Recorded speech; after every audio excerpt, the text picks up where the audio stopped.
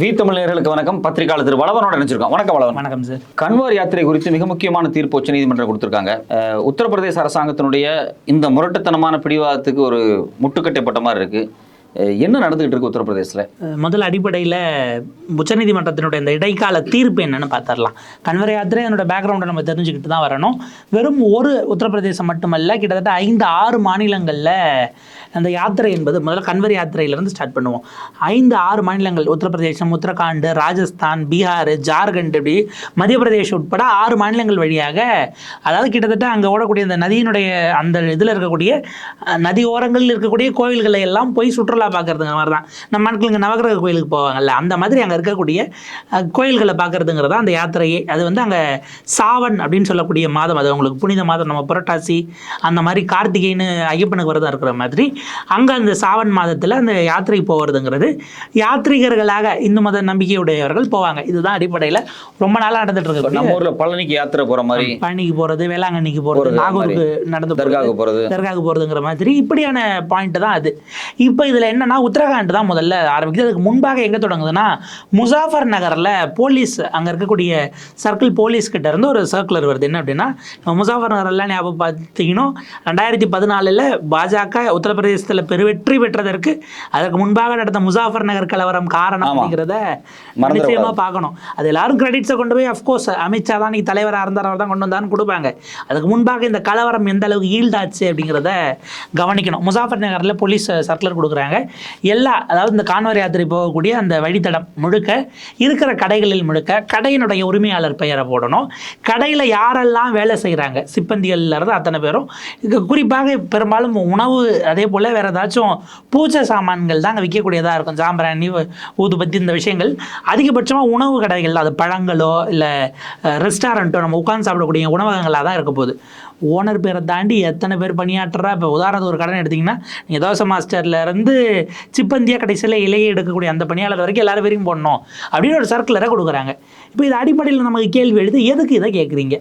இப்போ வர்றாங்க அப்படின்னா அவங்க பக்தர்களாக இருக்க போகிறாங்க, சாப்பிட்டுட்டு பசியாறிட்டு பயணத்தை தொடர போகிறாங்க. ஏன் நீங்கள் கேட்குறீங்கன்ற இடம் தான் பலவிதமான கேள்விகளை உள்ளாகுது. அடிப்படையில் பாஜக கடந்த காலத்தில் அவங்க ஆட்சிக்கு வந்த பிறகு அந்த ஒரு இது வந்தது. ஏன்னா முன்னாடி பிள்ளையார் சதுர்த்தி ஊர்வலத்தது போல் கிருஷ்ண ஜெயந்திக்கும் ஊர்வலம் போனாங்க. எல்லாத்துக்கும் ஊர்வலம் போய் கண்டிப்பாக அந்த ஊர்வலம் மசூதி இருக்கக்கூடிய தெருக்களின் வழியாக, இஸ்லாமியர்கள் இருக்கக்கூடிய தெருக்களின் வழியாக உள்ளே போய் அங்கே இவங்க ஏதாவது வார்த்தையை விட்டு அவங்க பதிலுக்கு ரியாக்ட் பண்ணால் பூந்து அடிக்கிறது, தாக்குறதுங்கிறது தான் அவங்களுடைய பேட்டர்னாகவே இருந்தது. அது 100 வருஷமா அவங்களோட பேட்டர்னாக தான் இருக்கு. கம்ப்ளீட்டாக அவங்களுக்கான வேலை அப்படின்ட்டு தான்.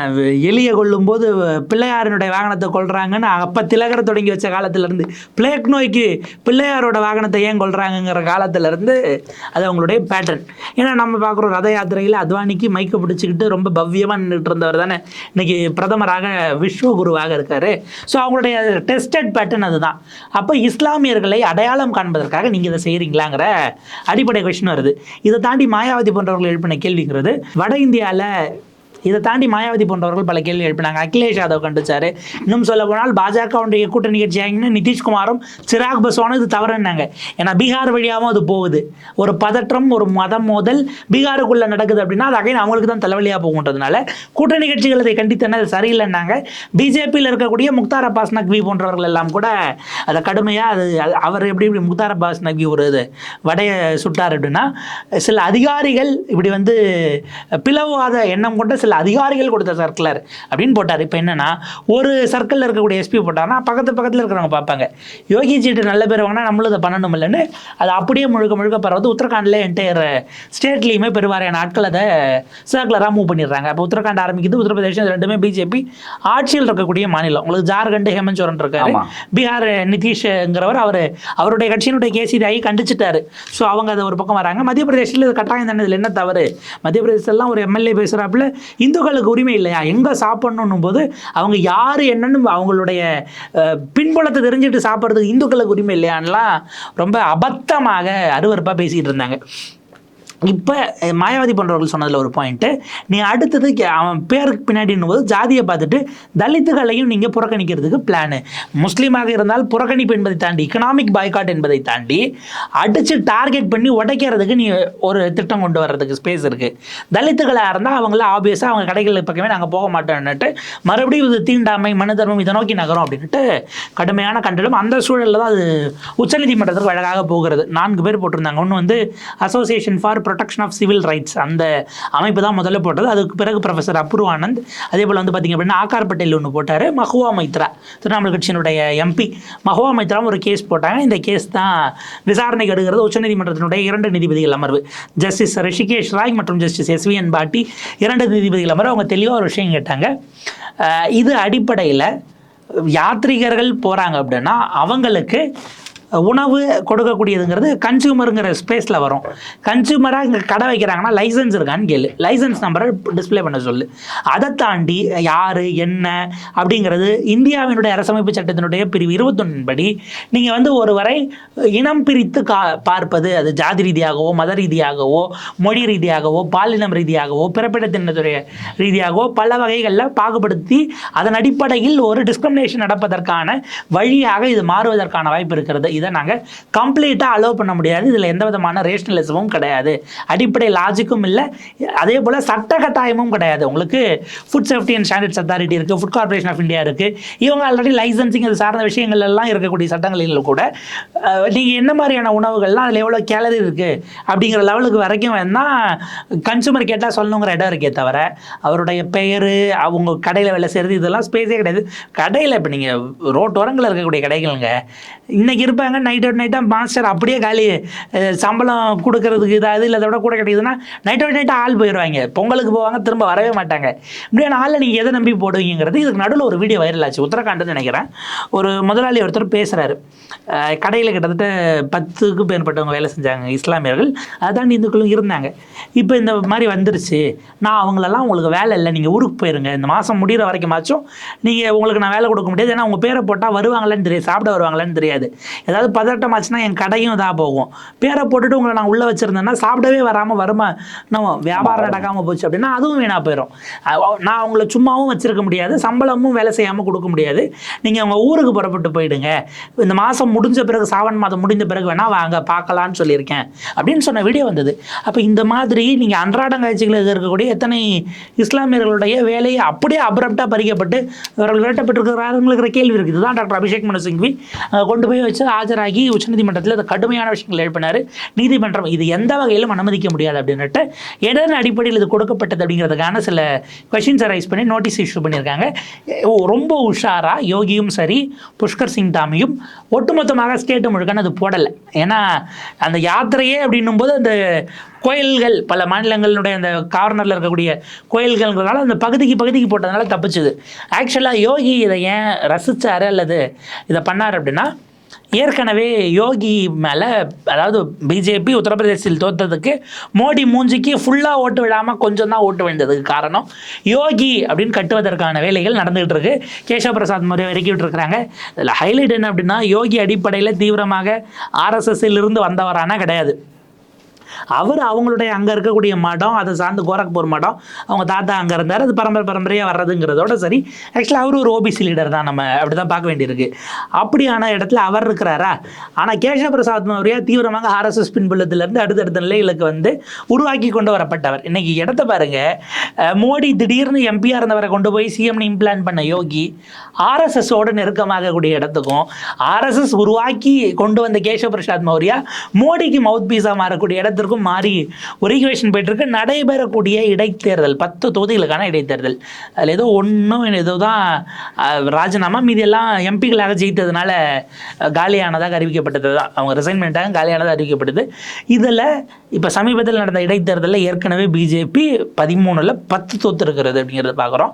அப்போ இதெல்லாம் ஈடுகட்டுற இடம் வருது, 11 வரைக்கும் தோற்றுருக்காங்க. இதெல்லாம் ஈடுகட்டுறது என்ன ஆகும் அப்படிங்கிற அந்த கேள்வி வரும்போது தான் அதை என் தலையில் நீங்கள் எழுதுவீங்க அப்படின்னா யோகி அதை கடுமையாக எதிர்த்திருக்கிறாரு. நீங்கள் பல விஷயங்களில் நாங்கள் சொன்னதை கேட்கல, கேண்டிடேட் செலெக்ஷன் எல்லாம் வேறு பண்ணியிருக்கீங்க, அதனால் முடியாது அப்படின்னுட்டு. சரி, ஒரு கலவரத்தை உண்டு பண்ணோம்னா நம்ம அதனுடைய தீஜுவாலையில் 10க்கு 10 ஜெயிச்சோம்னா நம்மளுடைய சீஃப் மினிஸ்டர் போஸ்ட் மீதம் இருக்கக்கூடிய இந்த 3 ஆண்டுகள் இருக்கு இல்லையா, இதுக்கு உறுதி பண்ணிக்கலான்றதுக்காக மோடி அதை யோகி அதை ரசித்ததாகவும் அப்படிங்கிற ஒரு ஸ்பேஸ் இருக்கு. பட் அதை உச்சநீதிமன்றம் ஒட்டுமொத்தமாக மண்ணவாரி போட்டிருக்கு. உத்தரகாண்டில் அவர் எதிர்பார்த்தது இப்போ தான் இடைத்தேர்தலில் 2 தோத்துருக்காங்க. அட்லீஸ்ட் ஒரு கலவரத்தை நம்ம இது பண்ணோம்னா புஷ்கர் சிங் தாமிக்கு எப்படி நாங்கள் கொழுந்து விட்டு எரிய வச்சிருக்கோம் இல்லை, அந்த லெவல்லே வச்சிருக்கோம், நம்ம நினைக்கிறதாங்கிற மாதிரி போயிடும் அப்படின்னு அது அட்லீஸ்ட் அதை காட்டலாங்கிற ஒரு ஸ்பேஸ்க்குள்ளே போச்சோங்கிற இடம் தான் நம்ம பார்க்கணும். உச்சநீதிமன்றம் மொத்தமாக மண்ணவாரி போட்டு இப்படியெல்லாம் நீங்கள் கேட்பதற்கான வழி இல்லை. இதில் தான் பிரகாஷ் ராஜ் அவர்கள் கேட்ட ஒரு கேள்வி தான் நமக்கு, நீங்கள் இதெல்லாம் கேட்குறீங்க, லைசன்ஸை போடு, ஓனர் பேரை போடு, சிப்பந்தி யாருன்னு போடுங்கிறீங்க. இந்த பீஃப் எக்ஸ்போர்ட் கம்பெனிலாம் இந்தியாவில் பெரும் முதலாளிகள்லாம் நடத்திட்டு இருக்காங்க இல்லையா, அதில் ஓனர் யார், எக்ஸிக்யூட்டிவ் டைரக்டர் யார், போர்ட் ஆஃப் டைரக்டர்ஸில் யார் இருக்கான்னு பேர் எழுதி போடலாமா, போட சொல்லுங்களேன் அப்படின்னு கேட்டார். நம்ம அதை தான் இப்போ வைக்க வேண்டிய இல்லை. குஜராத் கலவரம் பார்க்கும்போது குஜராத் கலவரம் குறித்து பல கமிஷன்கள் போடப்பட்டு ஆய்வு பண்ணப்பட்டதில் ஒரு பெரிய கண்டுபிடிப்பு என்ன அப்படின்னா, இஸ்லாமியர்கள் வீடை தேடி தேடி போய் அடித்து அவங்க மக்களை கொலை பண்ணியிருக்காங்க, கடைகளை எரிச்சிருக்காங்க. அப்படி போகும்போது அவங்க கையில் வந்து ஒரு பட்டியல் இருந்துச்சு, இது அரசு தரப்பில் வந்து லீக் பண்ண பட்டியல். இப்போ இந்த அகமதாபாத்தாக இருக்கட்டும், இல்லை எந்த முக்கியமான நகரங்களில் இந்த ஏரியாக்குள்ளே இங்கெங்கே இஸ்லாமியர்கள் கடை இருக்குது, இஸ்லாமியர்களுக்கான பெரிய ஹோட்டல் இருக்குது, வணிக நிறுவனங்களுக்கு லிஸ்ட்டோடு போயிருக்காங்க அப்படிங்காங்க. அதே ஒரு பெரிய கலவரத்தை ஏற்படுத்தும் போது அந்த லிஸ்ட்டு வந்து எவ்வளோ பெரிய தீ ஊட்டி இருக்கு அப்படிங்கிறது நமக்கு தெரியுது. இப்போ பெஸ்ட் பேக்கரி கேஸ் பெஸ்ட் நீங்கள் சொன்ன மாதிரி இப்போ நீங்கள் பார்த்தீங்க அப்படின்னா கடை முன்னாடியே அப்படி எழுதி வைக்கிறது அப்படிங்கிறது ரொம்ப ஈஸியாக ஒரு கலவரத்தை இஸ்லாமியர்களை டார்கெட் பண்ணி கொலை பண்ணுறதுக்கான ஒரு பெரிய ஸ்ட்ராட்டஜி மாதிரி தெரியுது. இல்லை, அடிப்படையில் அவங்கள சிங்கிள் அவுட் பண்ணக்கூடியது இவங்க இப்படி இவங்கெல்லாம் தனிமைப்படுத்துவதற்கான முதல் படி தான் இது. ஏற்கனவே ஒரு விஷயம் பண்ணிட்டாங்க, இந்தியா முழுக்க பாஜகவுக்கு ஒரு முஸ்லீம் எம்பியோ எம்எல்ஏவோ இல்லை அப்படிங்கிறத நம்ம பார்க்குறோம். ஒரு மக்கள் பிரதிநிதியாக கூட உங்கள் கட்சியில் இல்லை. பொலிட்டிக்கலி நீங்கள் உங்களுடைய ஐடியாலஜிக்கல் இடத்துல இருந்து நீங்கள் அப்புறப்படுத்திட்டீங்க. அடுத்த கட்டமாக எக்கனாமிக் பாய்காட்டை நோக்கி போகிறீங்க. இதுக்கு அடுத்தது ஜினோசைடில் ஒவ்வொரு ஸ்டெப்பாக இவங்க நகர்த்துறதாக தான் நம்ம பார்க்க வேண்டியிருக்கு. அடுத்து சோஷியல் பாய்காட்டு, அதுக்கப்புறம் அவங்கள டீமனைஸ் பண்ணி காலி பண்ணுறதுக்கான இடம் அப்படிங்கிற இதை நோக்கி தான் அது படிநிலைகளில் போகுது. அப்போ நீங்கள் அவங்களுக்கான தொழிலை முடக்குவது என்பது அவர்களை ஏதுமற்றவர்களாக மாற்றக்கூடிய நிலையில் தானே அடுத்த கட்டத்துக்கு வருது. அவங்க வந்து ஒரு கன்சாலிடேட் ஒருவேளை எதிர்த்து நாளைக்கு நீங்கள் இவ்வளவு தீவிர எக்ஸ்ட்ரீமிசம் பேசும்போது கன்சாலிடேட் ஆனால் கூட பேக்கப்புக்கு அவங்களுக்கு பொருளாதாரம் இல்லாமல் போனால் அவர்கள் கம்ப்ளீட்டாக நசிக்கிறலாங்கிற இடத்தினுடைய அடுத்த விளைவாக தான் பார்க்க முடியுது. இவர்களை தனிமைப்படுத்துவதற்கான ஒரு ஸ்டெப்பில் அடுத்தபடியாக தான் நம்ம இதை கவனிக்க வேண்டியிருக்குது. வெறுமனே ஒரு எலெக்ஷனுக்காக இல்லை, லாங் டேர்மில் இஸ்லாமியர்களை தனிமைப்படுத்துவது அப்படிங்கிறதுனுடைய ஒரு நோக்கம் தான். இவ்வளவு பிரச்சனைகள் போயிட்டு நடந்துட்டு இருக்கும்போது இன்றைக்கி ஒரு விஷயம் அது நம்மளுடைய பார்லிமெண்ட்டில் நடந்திருக்கிறது. நம்ம அதை கண்டிப்பாக இந்த இடத்துல சொல்லணும். ஏன்னா மோடி விரும்பக்கூடிய, அமித்ஷா விரும்பக்கூடிய இந்தியா என்னவாக இருக்கிறது, இன்றைக்கி இன்னொரு பக்கம் இருக்கக்கூடிய இந்தியா. இன்றைக்கி பார்லிமெண்ட்டில் எம்பி ஒருத்தவங்க பேசியிருக்கிறாங்க.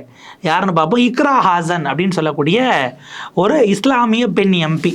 அவங்க என்ன தொகுதி அப்படின்னா உத்தரப்பிரதேசத்தினுடைய கைரானா அப்படிங்கிற தொகுதியிலேருந்து அந்த பெண் எம்பி தேர்வு செய்யப்பட்டிருக்கிறார். ஒரு இஸ்லாமிய பெண் எம்பி போயிட்டு என்னுடைய தொகுதிக்குள்ளே இருக்கக்கூடிய வைஷ்ணவி தேவி கோவிலுக்கு பயணமாக, புனித பயணமாக வருகிறவர்களுக்கு அது ஏறிக்கிட்டே போகுது, ட்ரெயின் விடணும் அப்படின்னு பார்லிமெண்ட்டில் லோக்சபாவில் இன்றைக்கி பேசியிருக்கிறாங்க அப்படிங்கிறத பார்க்குறோம். இக்ரா ஹாசன் என்பது அவங்களுடைய பெயர். அஃப்கோர்ஸ் அவங்க பாரம்பரியமாக அவங்க அப்பா பொறுப்பில் இருந்திருக்காரு, அவங்க அண்ணன் 3 முறை எம்எல்ஏவாக இருந்திருக்காருனாலும் கூட சமாஜ்வாதி கட்சியினுடைய பெண் எம்பி. ஒரு இஸ்லாமிய எம்பி போயிட்டு இந்து புனித தலத்துக்கு நீங்கள் ட்ரெயின் விடணும்னு கேட்கக்கூடியது இருக்கு இல்லையா, இந்த நல்லிணக்கம் என்பது தான் பாஜகவுக்கு அச்சுறுத்தலாக இருக்கிறது. இது வந்துவிடக்கூடாது என்பதற்காக தான் அவர்கள் இவ்வளவு வேலையும் செஞ்சுக்கிட்டு இருக்கிறாங்க. இந்த போலரைசேஷன் தான் தன்னோட ஓட் பேங்க் அப்படிங்கிறதுல அவங்க ரொம்ப உறுதியாக இருக்காங்க. கடந்த கால ரிசல்ட்டும் அதுவாக இருக்கு அவங்களுக்கு. இந்த போலரைசேஷனை தவிர வேற ஏதோ அவங்க கிட்ட டைம் டெஸ்டடாக ப்ரூவனா ஒன்றுமே இல்லை அப்படிங்கிறது தான் நம்ம கவனிக்கணும். அதனுடைய ஒரு முன்னோட்டமாக தான் தேர்தல் பிரச்சாரத்தில் கூட மோடி இப்படி பேசினாரே, அது கூட ஒரு விதமான இந்து போலரைசேஷன் தான். ஆனால் அங்கே ஒர்க் அவுட் ஆகலை இல்லையா? இல்லை, ஆக்சுவலாக மோடி எதிர்பார்த்தது, அவர் வந்து திட்டமிட்டு அந்த வெறுப்பு பேச்சை பேசினாலும் பிஜேபிக்கு எதிர்பார்த்த ஒரு விஷயம் நடக்கலை. என்னென்னா அவங்க ரியாக்ஷன் ஏற்பட்டு யாராச்சும் ரேடிக்கலாக இருக்கக்கூடிய 2 பேர் இந்த பக்கம் இருந்து குரலை கொடுத்தா கூட அதை வந்து வன்முறையாக ரசாபாசமாக மாற்றலாம் அப்படிங்கிறதுக்காக ரியாக்ஷனை எதிர்பார்த்தே செய்யப்பட்டதாக தான் நம்ம அதை கருத வேண்டியிருக்கும், கருதணும் அப்படிங்கிறது தான். அது இந்தியாவுக்கு நல்வாய்ப்பாக அப்படி ஒரு விஷயம் நடக்கலை. இல்லைன்னா மிகப்பெரிய அளவுக்கு அதை ஈல்டாக்கி கலவரமாக்கி இந்த நாட்டுக்கு பற்றி எரிய வைத்து எந்த எல்லைக்கும் போயிருப்பார்கள். இப்போ ஆட்சியை காப்பாற்றிக்கணும் அப்படின்னா நாளை பின்ன ஒருவேளை ஏதாவது பிரச்சனையை கவர்ந்தாலும் கூட மொத்தமாக ஓட்டு போடணும்னா நம்ம எல்லாரும் இந்துங்கிறதுக்கான இதை இப்போவே ஊற்றி எரிய வைப்போம் அப்படிங்கிற இடத்துக்கு தான் மோடி போய் சேர்ந்திருக்கிறார். அவர் ஏன் திரும்ப திரும்ப திரும்ப ஹிந்துத்துவாக்கு போகிறாருன்னா அதை தவிர அவருக்கு வேறு எதுவும் தெரியாது அப்படிங்கிறது அவருக்கு தெளிவாக தெரியும். இந்துத்துவா தவிர நம்மகிட்ட வேறு எதுவும் இல்லை. ஆர்எஸ்எஸ் நமக்கு கூட வருமாங்கிறது இப்போ பெரும் பிரச்சனையில் இருக்குது. அவங்க என்னென்னா நம்ம நூற்றாண்டை முடிக்கிற வரைக்குமாச்சும் விட்டு வைப்போங்கிற ஒரு ஸ்டேட்டில் இருக்கிறாங்க. ஏன்னா இவருக்கு 75 முடிகிற வரைக்கும்னா அவங்க நூற்றாண்டு முடிவும் கரெக்டாக இருக்கும்னு வச்சுக்கோங்களேன். செப்டம்பர் 17 தானே அவருக்கு பிறந்த நாள். அப்படின்னும் போது அதுக்கு எல்லாத்துக்கும் சேர்த்து வைப்போம் அப்புறம் பார்த்துக்கலாங்கிற மாதிரி அவங்க இருக்காங்க. ஆர்எஸ்எஸ்னுடைய பின்புலம் இல்லாமல் தான் இப்போ அடுத்தடுத்து ஏன்னா இப்போ எடப்பாடி பழனிசாமி 8 தொல் எடப்பாடி இப்போ 10 வரைக்கும் வந்துருச்சு இல்லை. அந்த மாதிரி இவருக்கு ஏற்கனவே பெரும்பான்மை அங்கே ஒன்று போச்சு. அடுத்து இடைத்தேர்தல் காலி. இப்போ மகாராஷ்டிரா ஹரியானான்னு வரிசையாக இப்போ உத்தரப்பிரதேச இடைத்தேர்தல் ஏற்றினா ஏற்றிக்கிட்டே வருவாங்க. 3 தோல்வி மோடி 4 தோல்வி மோடின்னு இதெல்லாம் மொத்தமாக வச்சு ஆர்எஸ்எஸ் ஒரு கணக்கு வச்சுருக்கோம். அது எப்போ வெடிக்கும் என்ன ஏதுங்கிறத அவங்க வெயிட் பண்ணி சரியான தக்க சமயம் வரும்போது அதை செஞ்சுருவாங்க. உங்களுடைய நேரத்துக்கு விரிவான கருத்துக்கு நன்றி. மிக்க நன்றி.